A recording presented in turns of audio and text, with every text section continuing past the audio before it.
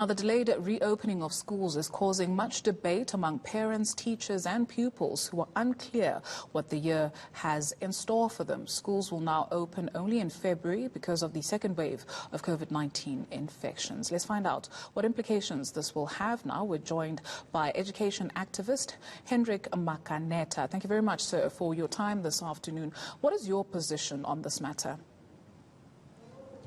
Well, I'm one of the people who called on government to postpone the reopening of schools, given the nature and character of the second wave of COVID-19, which we have learned that it is more dangerous than the first one.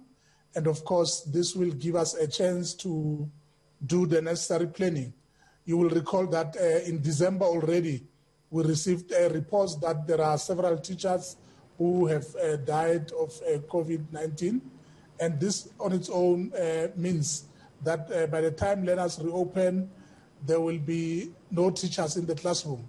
In December already, we had learned that there was about 32 teachers in the last week of December who had already died.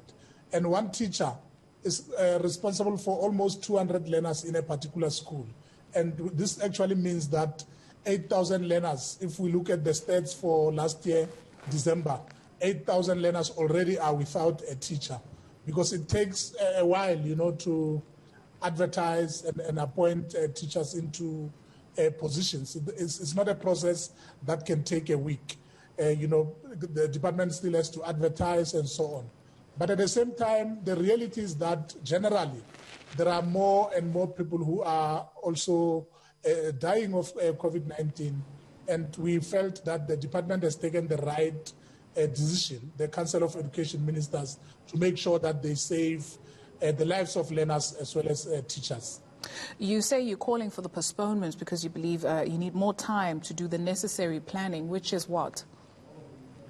Well, one amongst others, for the department to appoint, to the teachers who have already died. There's a gap.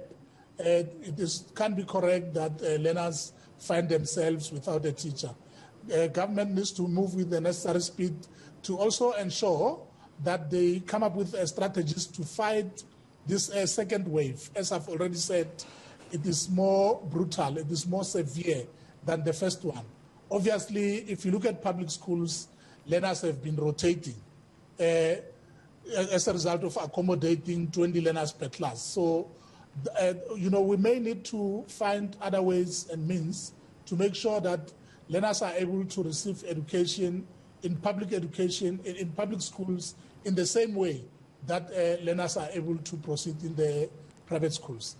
Remember that in public schools, the whole issue of overcrowding has always been with us. In fact, it was COVID-19 which just enabled us in a way to reduce the numbers. Before that, one class would have more than 40 learners. So such things have to be taken into cognizance to make sure that at least learners are able to proceed with learning and teaching. You'll find in a number of townships children playing outside on the streets in their numbers, and sometimes most of them together without their masks at that. So the question becoming, is it safer really for children to be at home? It is quite a tricky situation that we find ourselves in, no? I agree with you. One thing for sure is that when parents are at school level, they are under the care of teachers.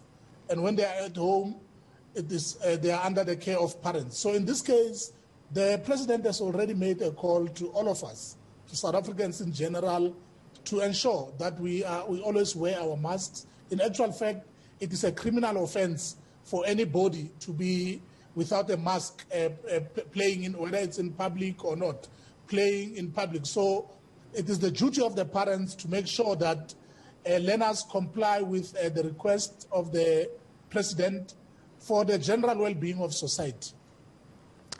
Let's park it there. Education activist Hendrick Makaneta, thank you for your time.